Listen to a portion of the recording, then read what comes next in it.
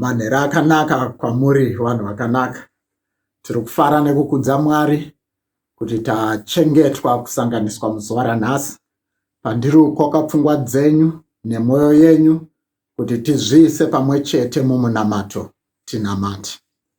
Muzita renyu Baba neremwanakomana neremweya unoera. Tinofara Mwari kuuya kunemi, imimi musiki waupenyu hwedu. Tiri kuuya kunemi, tinoona umwari hwenyu nezvikomborero zvamunotipa muupenyu. Chikomborero chikuru Mwari ndecheupenyu munguva ino yatiri munaiyo munyika medu. Tiri kuona ruoko rwenyu rwenyasha pamusoro peupenyu hwedu. Tiri mudzimba dzedu idzodzo nekumabasa kwedu. Tiri kufara Mwari kuti titaure nemi, Mwari wanezuro, Mwari wanhasi. Ndimi Mwari umwe chete acharamba ariko makore anoteera. Nekuti matisanganisa nhasi parusando rwuno, tinokumbira presence yenyu kuti mutitungamirire nekutikomborera. Muzita raJesu Kristu tenzi wedu. Amen. Tinotenda Mwari nekufara zvikuru kuti nhasi tasanganiswazve kuti tiwe tinonzwa izwi raMwari kunesu tiri munguva dzakadai dzatiri mudzimba dzedu, tiri mumabasa edu nekunzvimbo dzakasiyana-siyana, kunyika dzakasiyana-siyana. Nhasi uno mutauri wedu tinomuziva ari umwe wedu mutungamiri muchechi yedu yepaCranborne, Baba Libert Maziti. Tiri kufara kuti vari pakati pedu, ngativagashirei tichiti mauya. Ndinoda hama dzangu kuti ndikukokei murusano rwuno mwoyo wakasununguka, panoimbwa muchimba, patinonamata tichinamata. Mwari anotibatanidza kunyange tisiri pamwe chete physically. Naizvozvo uyai tisangane mune izvo Mwari anoda kutidzidzisa muzita raJesu. Amen. Pamusoro ibato chigaro, pamusoro iofisi yavafundisi, pamusoro iofisi yemaladidas, pamusoro isangano dzvene raMwari.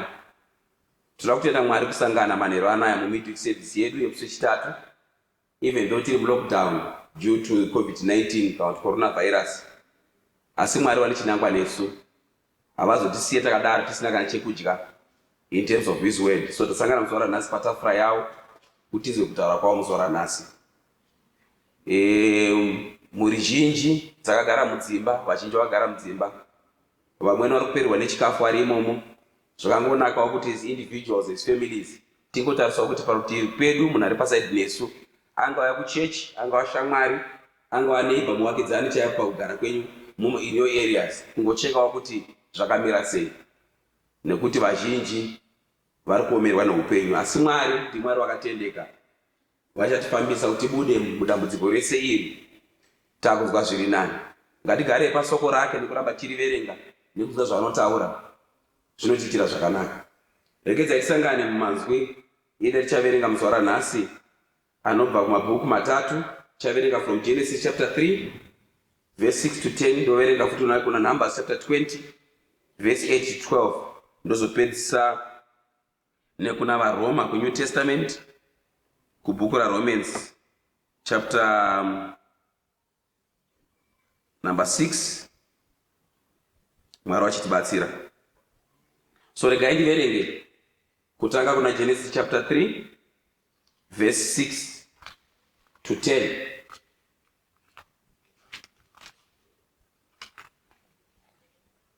Bible ndinaro chirungu rinoti, the woman stared at the fruit. It looked beautiful and tasty.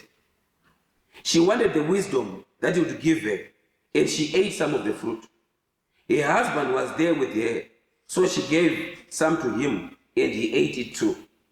Straight away they saw what they had done, and they realized they were naked. Then they sewed fig leaves together to make something to cover themselves. Late in the afternoon, a breeze began to blow, and the man and the woman heard the Lord walking in the garden. They were frightened and hid behind some trees. Then the Lord called out to the man, asked, "Where are you?" The man answered, "I was naked, and when I heard you walking through the garden, I was frightened and hid." Tova naenda kuna Numbers chapter 20, kubva verse 8 kusvika verse 12. The Lord appeared to them all of his glory and said, Moses, get your walking stick. Then you and Aaron call the people together and command that the rock to give you water. That's how you will provide water for the people of Israel and their livestock. Moses obeyed and took his stick from the sacred tent. After he and Aaron gathered the people around the rock, he said, Look, you rebellious people, and you see water flow from this rock. He raised his stick in the air and struck the rock twice. At once the water gushed out from the rock, and the people and their livestock had water to drink. But the Lord said to Moses and Aaron, because you refused to believe in my power, these people and you do not respect me, and so you won't be able to lead them into the land which I promised you. Ndichaenda kupanapa kubva kubhuku raRomans. Romans chapter 6 verse 10.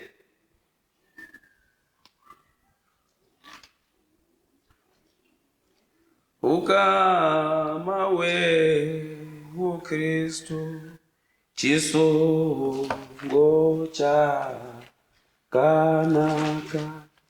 nokutiti nobatsirana nokutiti nodana. Romans chapter 6 verse number 10. Note, when Christ died, he died for sin once and for all. But now he is alive and he lives only for God. In the same way, you must think of yourselves dead to the power of sin.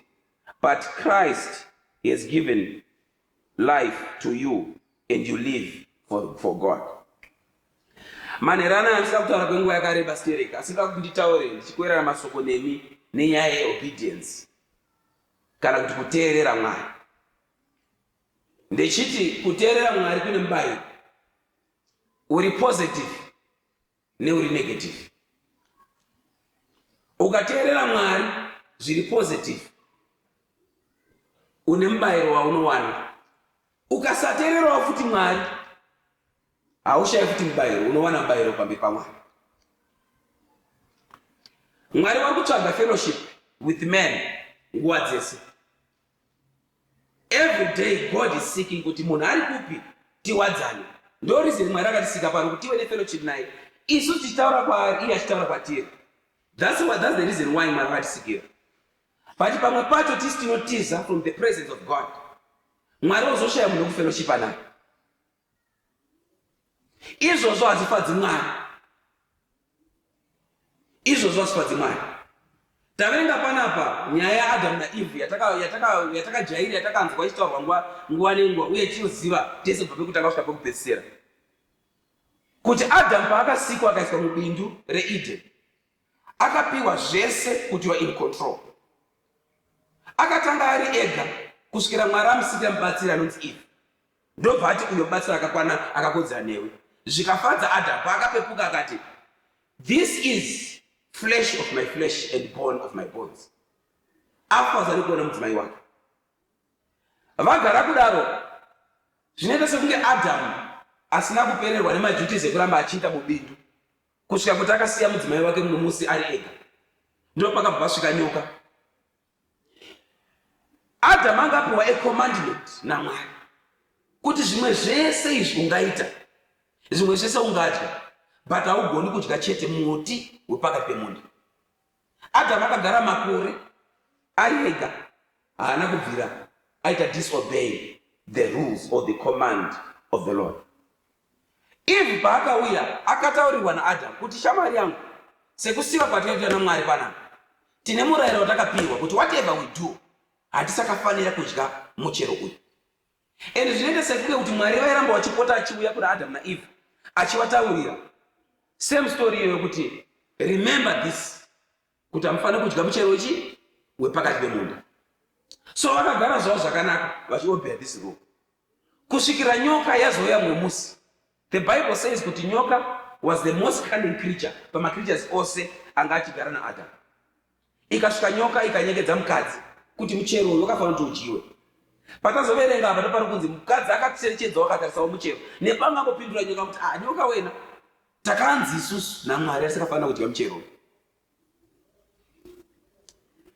Eve akanyengedzeka after nyoka yava so persuasive ichimutaura kuti no, imi mamusitoziva Mwari akatozviitira kuti kana mukatodya mafanana naye. So Mwari vada kuti imi murambe muri inferior to him. Ivo aramba vari pamusoro murambe muri pasi. Eve obvanzwa kuti masoko enyoka anenge akadina akanaka. Nepo Mwari vakanga vataura. So Eve akapesedzeka ndobva asvika bva obva wanozvishuwa muchero wakarurama wakanaka. Ndobva adya. Adamu achingodzoka akabva asvika kuti Adamu wena, pancho uri kuziva iwewe. Nyoka yanyatsotitaura nekuti. Adamu akafunga kuti asi nepo Mwari vakatitaurira kuti we must not eat this fruit. Adamu akati sezvine mukadzi akapesedzera, munongoziva impact ine madzimai kune varume wavo. Zvekuti vamwe vakatama machechi because of their women. Vamwe vakauya kuchechi nevakadzi wavo. Vamwe vakatama misha nekuda kwemasmall house. Vamwe vakatama misha nekuda kwezvakasiyana siyana, because madzimai sometimes they are vane way yavo yavanosvika unto men. So Eve did the same. That impact yakaita kuna Adam. Adam akasvika pakudya fruit iyoyo. Vachingopedza kudya ndopakabva kuti dengenuko, vaona kuti havana kudini, havana kusimira. Still Mwari havana kusiya, vakadaro vakadzoka kufellowship yavo yaujaira mazuva ese. Vakadzoka vakasvika. But just because of sin yakomitwa, the holiness and the righteousness of Adam and Eve yakabva yatiza kwavari. Ndobva vasvika ndobva wahwanda. Mwari pavakauya vakasvika vachitsvaga munhu wavakasika, wavakaziva pakutanga, aimuteera aimuobhera. Ndobva vasvika kubvunza kuti ko Adamu naEve muri kupi? Mhinduro inopindura Adamu ndeyekuti takawanda nekuti taona kuti hatina kusimira. Mwari vakati asi wadya here muchero uya wandakakuudza kuti usadya? Akati mudzimai wamakandipa. So in whatever circumstances, the bottom line is Adam naEve vakatadza kuobheya Mwari. They disobeyed the laws. That's straightforward pamberi paMwari. And chiona zvakaitika, upenyu hwavo was so simple. Basa vari rekumuka every day vachifellowship nemhuka, pasina kutoila, pasina kuita sei. But pamberi apa kuchazoda because of disobedience vakabva vabviswa pagrace iyoyo yekuti zvinhu zvese naMwari.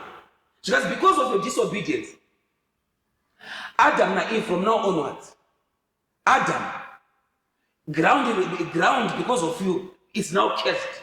God cursed the ground. I now curse Adam. Aka curse the ground. Because of this, I'm going to curse the ground. Pachamera means when I rukato. Chichata kubaya.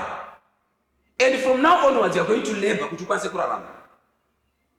If zvinoita sekuti kuti mapenzi amunonzwa malabor pains kuti madzimai vanoenda kulabor vachirwadziwa, dzimwe dzenguva vachiitwa ma-C sections and so on. Time iyoyo pakagadzirwa naMwari pamba pasina all that, there was no pain. Just like zvinongoita mhuka, unotongoona mane pane kamhuru, unotongoona pane kuti niyo and so on. Hadzitamburi pakuzvara nokuti hadzina kukeswa. But munhu, a human being, struggles when giving birth because akatukwa naMwari. Ndopakanzi from now onwards, iwo Eve ucharwadziwa nemimba. Nyoka inoita sekunge yanga ine makumbo, hatotenga ine makumbo mangani. But yakabva yatuka kuti from now on uchafamba nedumbu.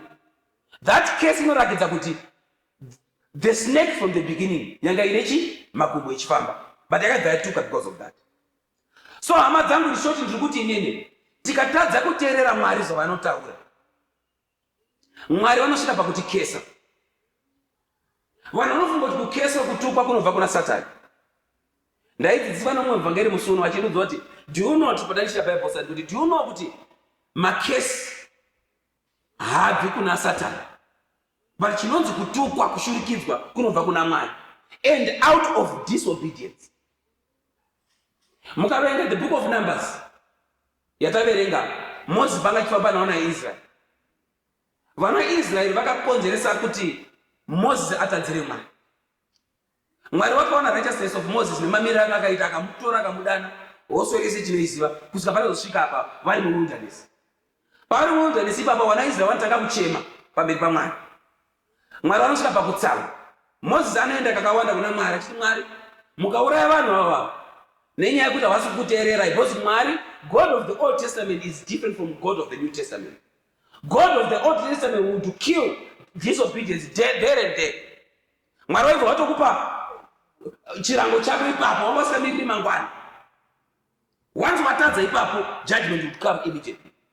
So ipapo ana Israel manje munoona kuti paunga wachema kudaro nenyaya kuti toda mvura, wakaona mabasa emakoresa kuti vana Mwari varosvika pakuchema is if God is not able to give them water.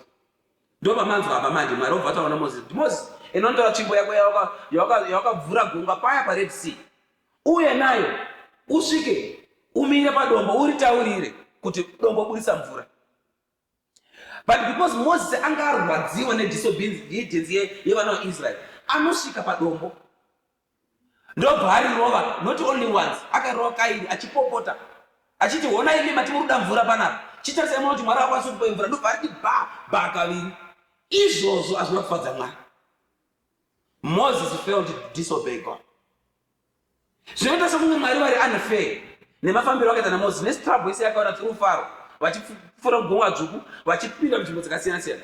Mwari vakatsamwa vakasvika kuti because nezvawaita izvi imi mese naAaron hamuchagoni kusvika to the promised land. Why? Because you have disobeyed the word of the Lord. Ndichatosimudza mumwe munhu pakati penyu achaenda achazochitsa vanhu ava to the promised land. But as for you, because of what you have done, you have disobeyed me, you are going to surely die physically. Hauchagoni kusvika munzvimbo yeKenani. Mwari vakazomutora zvawakamirisa pagomo vakamuratidza, tarisa nzvimbo iyo heyo nemanakiro ayakaita. Asi murango waMozisi wanga watopandira naye kusvika Mozisi akafa, pakazosimudzwa Joshua ndiye akazosvika nawo naIsraeri. Nyaya idzi dziri kuratidza kuti tikasateerera Mwari, hama dzangu, tine mubayiro. Mwari vanotipa mubayiro wakakodzera nesu. Tinoda kutenda Mwari kuti dispensation yatakugara inoyi idispensation yenyasha dzaMwari. Mwari paakaona kuti hasha dzawo dziri kuramba dzichiitika kudaro, ndo pakabva ada nyika, nokuti the judgment of the Lord pese paitsamwa Mwari waibva waexecute judgment ipapo. Mukarenga the book of Numbers, vana Mozisi pavangu vachifamba, zvinonzi vana vaIsraeri vakasvika pakutadza, vakasvika kutanga kunamata madzimwari, vakasvika munzvimbo yenzi Shitimu, vakasvika kutanga kunamata madzimwari evanhu veMamoabites. Hazvina kufadza Mwari izvozvo. Mwari akabva kuti vese vakaenda kunopira kumadzimambo maidols eMoabhu wese, munhu wese ngaachekwe zvisoro, misoro yavo iswa. Vakachekwa chavo vakaiswa ipapo. Ndobva kwaita vari busy kuchemera Mwari kudaro, pakaita mumwe muchinda akabva atopinda mutende yake nemudzimai wanga abva kuMoabite. Ipapo ndo pakabva pasimukawo muchinda aizi Jefta, ndo pakabva asvika mubaya nebanga, ndobva afira ipapo. Hasha dzaMwari dzikatizizatera because of Jefta. But the issue ipo ndeyekuti God of the Old Testament would execute judgment ipapo. Zvoita sekunge kuti isusu tiri kutadza muzuva ranhasi hatina judgment yedu ba. It's very wrong. But Mwari wakatiwanira nyasha zhinji through Jesus Christ. Vakamuendesa vakamuturika pamuchinjikwa. Pavanotarisa ropa Mwari vanoona kuregerwa kwezvinyangadzo zvedu. Notsamchidze nemawanga ake nemaropa ake takaita sei takacheneswa from the sins. Mwari vakaona kutadza kwedu, vakatarisa ropa resacrifice yawakaita pamuchinjikwa, vanonzwa hasha dzavo dzichibva dzadzika. Zvoita sekunge kuti Mwari vasi kuexecute judgment on us. But Mwari vakataura pachena kuti whoever is going to sin, surely you will die. You might not die today physically, but you are dying spiritually. You might not die, but you are not able to get to access the blessings that comes as a result of obedience. Most of us, we are struggling and suffering in this world is because of disobedience. Ndopanzi kana makasanditeerera ipapo ndichazounza matenda asingarapike. Zvazviri kuona kuti izvozvi nyika yese now, the world is at a standstill. There is no prophet anogona kusimuka achitaura kuti Mwari wati chakati kana kuti deni ngaribviri chakati. Nepo pamashure apa taiona vamwe vachiti kune zvakati and so on. Zvoita sekunge case iyi is coming straight from God himself. Kana chinhu chabva pana Mwari hakuna chisikwa chinokwanisa kuchibvisa kusvika Mwari wacho pachake achibvisa. Ndosaka maona kuti muwilderness imo kana Mwari wataura chinhu kana kuexecute judgment, even Moses kana aripo, dzimwe dzenguva Mwari would go on and execute. Chinenge chaitwa naMwari, no one is able to rebuke it, nokuti Mwari pachake. Chatakuda chete as the whole world or as Christians, kudzoka pamberi paMwari tokumbira regero because of disobedience. Tarisa izvo zvaita manje machechi they are deliberating issue yengochani. That's the extent of disobedience to the word of God. A church of Jesus Christ yakanzi iyi ndio church. People will deliver zvinoita kuti church ngotanga tiregere. The church of Jesus Christ. Tarisa izvo mamira ita makereke right now. Vamwe vanotaura pachena kuti Bible raMwari hatina basa ramunya. But mukaverenga Matthew 24 Jesu anotaura kuti zvimwe zvese zvinopfuura pachicharurama chete is my word. And today God respects his word. Nothing else. God is not a respecter of men, but is a respecter of his word. So if we go before the Lord earnestly before him, techienda according to Philippians, let's go honestly before him. Techikumbirira pamberi paMwari. God will rebuke any infirmity inogona kuya, any pestilence inogona kusimuka, any earthquake inogona kusimuka, any natural disaster inogona kusimuka. Mwari anogona kuuplifta from us. Nekuti tinenge taenda pamberi paMwari earnestly tichimukumbira.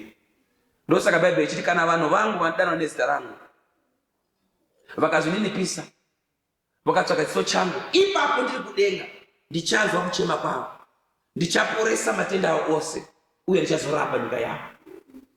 So what is happening right now in the world? Inoda kuti inini Christians, wherever we are, worldwide, we need to go before the Lord. Tibvume kuti takatadzira Mwari zvizhinji. We are sons and daughters of disobedience. Endo patasvika muzora nhasi. Mubvunzo ndinokusara ndichikubvunza hama dzangu as I'm concluding this sermon ndeyekuti uri kuchuza kuteerera ani, Mwari kana kuti Satani? Wobva wazviziva izvo kuti choice yako ichadetermine the outcome of your life.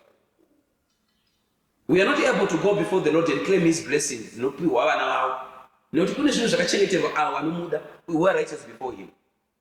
Are we able to access that? We are not able to access that. So the choice is yours as an individual. Kuti unoda kuteerera Mwari here kana kuteerera Satani. Adam and Eve even vaiziva, but they chose kuteerera voice yenyu vachitadza kuteerera Mwari. Vana vaIsraeri kunyange vakaona minana mikuru yaitwa naMwari vakasarudza kusateerera Mwari vakateerera Satani. My examples akawanda of people who perished because they could not listen to the voice of the Lord. Mwari vari kuda fellowship nesu hama dzangu. Every day he comes in the morning. Munhu uripi, come let's fellowship together. But at this point, we have chosen to depart from the Lord. But Mwari vatipa zvimwe mukana muzora nhasi wekudzoka pamberi paMwari. Tichichema parumwe Mwari takakutadzira. Naye Mwari wedu tiitirei nyasha, tiregedze kuparara. Mwari tiwanirewo nyasha because of this COVID-19. Have mercy upon us as the children of God. Tiwanirei nyasha shokurama. Hanzi munamato wako, Elijah was just a man just like us. But he prayed earnestly. Kuti kusanaya, kukasanaya. Akazonamata futi, kukazonaya after 3.5 years. Inyaya kuti angari munhu angamira naMwari, uye Mwari vaimuteerera kana ataura. Because we would obey the word of the Lord. Hama dzangu, the choice is upon us. Who do you want to obey? Which voice do you want to listen to? Do you want to listen to the voice of men or to the voice of God? Zvakakunakirei kuti ukateerera kutaura kwaMwari manheru anaya. Mwari watibatsira hama dzangu. As I'm going to invite my brother Ashley to come forward, vatinamatire tichipedza sermon ino. Kuti hama dzangu, takagara mudzimba kwedu, let's meditate upon his word. Zvinonzi David akachengeta soko raMwari pasi pehana yake. Zvikamubatsira kuti akonekedzwa kutadzira Mwari. Ndipo munoona kuna Psalms 51 paya paanodzoka kuna Mwari nenyaya yaBhetishebha achikumbira ruregerero achinatsa kuchema zvakanzwa Mwari and he became a friend. Ndosaka Mwari aiti David was the man after his own heart. Akusi kuti aisatadza, asi kana atadza aizoenda atadzira Mwari, then will come back to the Lord. Okumbira Mwari ruregerero. Mwari wonzwa kunyengetera kwake, Mwari woruregerero. Hama dzangu, let's come before him earnestly and seek his face. God is ready to fellowship with. My brother Ashley, can you come forward and pray? Mwari wakuitire zvakanaka hama dzangu, akukomorere. Muzara Baba, yere munhu Mwana, yere munhu Mweya. Amen. My brother Ashley.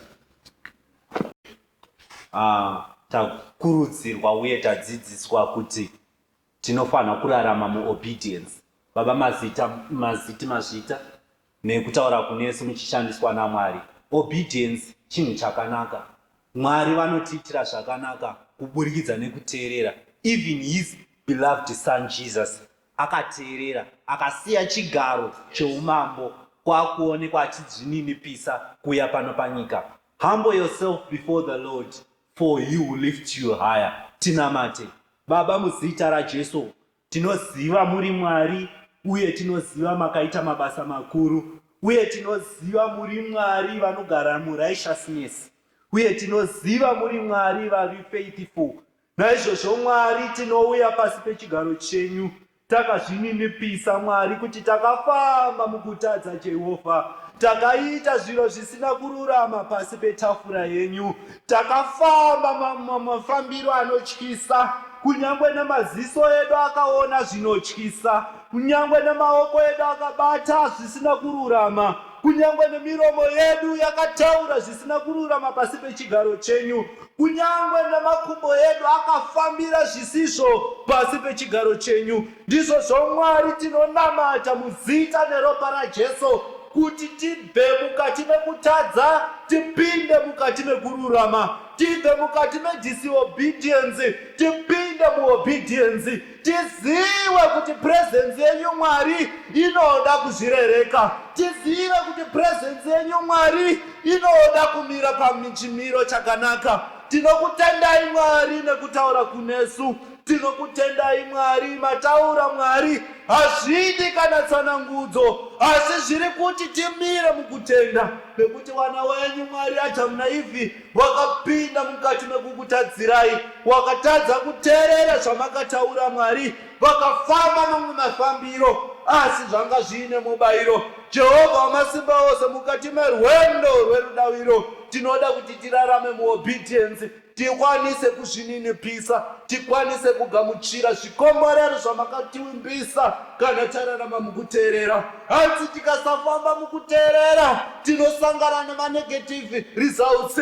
Mataura mega Mwari kuti tikateerera we will face positive results. We know that we will conquer in this world Mwari. Mukati meCovid-19 Mwari, tiri kunamata muzita raJesu kuti Wamasimba Ose obedience irarame mumiromo yedu, obedience irarame in our flesh, obedience irarame mukati menzvimbo dzetinogara. Tinokutendai Mwari, tinokurumbidzai. Mbiri yese Mwari tinoidzosera kwamuri nekuti makatendeka. Shumba yerudzi rwaJudha, Baba, tiramba kusakara, imi munogara muri iye Mwari Wamasimba Ose. Tinokutendai, chiwai kunesu Mwari, tigova kune mimwe nherano. Jehovha Wamasimba Ose, chizoropafadzai Baba Maziti, rangarirai kunyangwe nemhuri yake.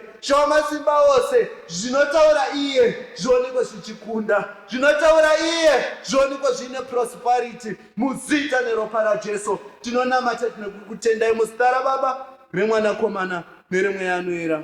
Amen.